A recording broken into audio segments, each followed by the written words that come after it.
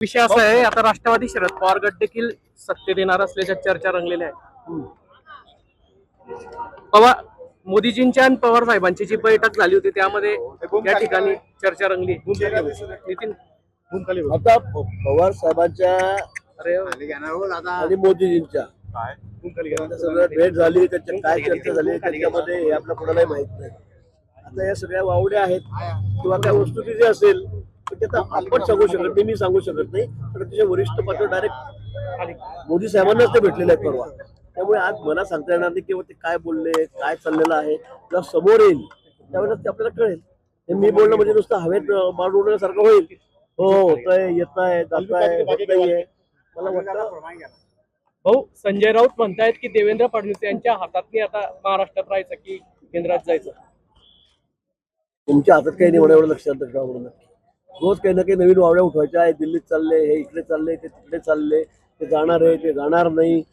यांना कोणी अधिकार दिलेला आहे? संजय राऊतांना अधिकार आहे सगळा हा आमच्या पक्षाचा. मी परवा बोललो, यांना अधिकार आमच्या पक्षाने दिलेला आहे का की तुम्ही ठरवता आमचं काय करायचं, मुख्यमंत्र्यांचं काय करायचं, केंद्रात कोणाला पाठवायचं? त्यांना अधिकार दिला आहे का?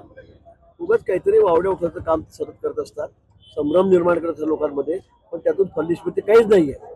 मी वारंवार सांगतो की तुम्ही तुमच्या पक्षाचं बघावं, पण ते सोडून देतात. आणि उगाच आमच्या पक्षामध्ये काय चाललंय, शिंदे सेनेत काय चाललंय, राष्ट्रवादीचं काय होणार आहे, याकडे त्यांचं जास्त लक्ष आहे. सुनील शेतकरी यांनी पण अमित शहाची भेट घेतलेली आज. असेल आता ते नेते आहेत, खासदार आहेत, मला वाटतं त्यांचा अधिकार आहे. चालू का राजकीय वर्तुळात काहीतरी राज्याच्या राजकीय आमच्या वर्तुळात सोबत आहे. आम्ही सगळे महायुतीमध्ये आहोत. भेटीगाठी होत राहतील, नेहमी होतील. त्याच्यामध्ये वेगळं काय, ते महत्वाचे विषय असतील.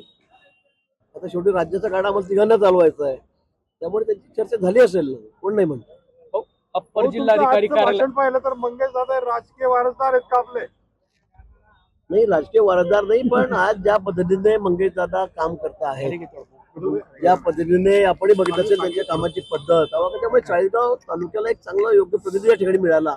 भाजपला पुढच्या भविष्यातला एक चांगला चेहरा मिळाला, चांगलं राजकीय नेताच मी म्हणेल तो या ठिकाणी मिळाला. ही गोष्ट कोणी नाकारू शकत नाही. आमच्याकडे तर सगळे एकाहून एक सगळे तरुण पिढी पुढे येते. आता तिकडे अमोल जावळे आलेला आहे, राजू मामा आहेत, तिकडे मंगेश दादा आहेत, तरुण आहेत सगळे आता. त्यामुळे मला असं वाटतं सगळे आमच्या पक्षाचं पुढचं भविष्यच आहे. गादी किती आम्ही चालवत नाही, आपल्याकडे गाडी चालवायचा प्रकार नसतो किंवा घराणेशाही पण आमच्याकडे तर नाहीये. त्यामुळे जो चांगलं काम करेल तो पुढे समोर येईल. पाचोरा आणि चाळीसगावचा एक प्रश्न आहे की ज्यामध्ये अप्पर कार्यालयाचे आहे त्याच्यावर वाद पेटलेला. नेमकं याच्यावर काय म्हणणं? आता तो प्रश्न मला वाटतो तो टेक्निकल प्रश्न आहे, तो सुटेल. मुख्यमंत्री महोदय आहेत, उपमुख्यमंत्री महोदय ते सुद्धा त्याच्यामध्ये निर्णय कदाचित करतील. थोडंसं ताणाताणी चाललेली त्या विषयावर. मला वाटतं पण तोही प्रश्न काही फार मोठा नाहीये, लवकरच सुटेल. आपण मध्यस्थी शालार्थ आयडी मध्ये संजय गरुड यांना अटक झालेली आहे. शालार्थ आयडी जो आहे त्याच्यामध्ये संजय गरुड यांना अटक झालेली आहे. मला वाटतं मी स्टेजवर असतानाच मला फोन आला, तर मी तीच माहिती घ्यायचा प्रयत्न करतोय की नेमकं काय झालं, कुठे झालं.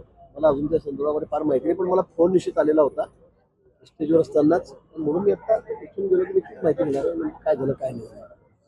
शालार्थ आयडी घोटाळ्याची जी रक्कम आहे ती जवळपास 200 कोटीच्या घरात जाते. जळगाव शहरात अनेक संस्थांना बेकायदेशीरपणे बॅकडेटेड मध्ये मान्यता दिल्याचंही समोर आलेलं आहे. हे तर मोठं स्कॅन्डलच आहे, आपल्याला कल्पना आहे. त्याची चौकशी स्पेशल एसआयटी नेमली गेलेली आहे. पुढे भविष्यामध्ये कोण कोण आहे काय काय ते सगळे समोर येतील. भाऊ, आपण नाव ना घेता खडसेवर टीका केलेली आहे. नाही, मी त्यांच्यावर टीका करत नाही आता कधी. ते अनेक लोकांना राज्यातल्या लागू आहे. अनेक लोक आहेत की जे अगदी शेवटपर्यंत म्हणतात मीच पाहिजे म्हणून. अनेक लोक आहेत, त्यांना एकट्यानं माझं बोलण्याला ते हे नाही. आपण असं म्हटलं की कुठेतरी आपण थांबलं पाहिजे, आपण निवृत्तीचे संकेत देत आहेत का? नाही ना, माझा म्हणण्याचा अर्थ होता किंवा आपण इतर सरडावर जाईपर्यंत मीच मला वाटतं कुठे थांबलं पाहिजे. आणि हे खरं आहे ना, तसा टम झाल्या किती वेळ आपण पुढच्या पिढीला मला वाटतं संधी दिली पाहिजे. लोकांनाही संधी मिळाली पाहिजे, तरुणांना संधी मिळाली पाहिजे. त्याचं चालातली उठातली बसातली टांगाटोला करून व्हीलचेअरवर चालायचं आणि आपण म्हणत नाही मीच, मला वाटतं ते आपल्या डोक्याबाहेरचं सगळं. ओके.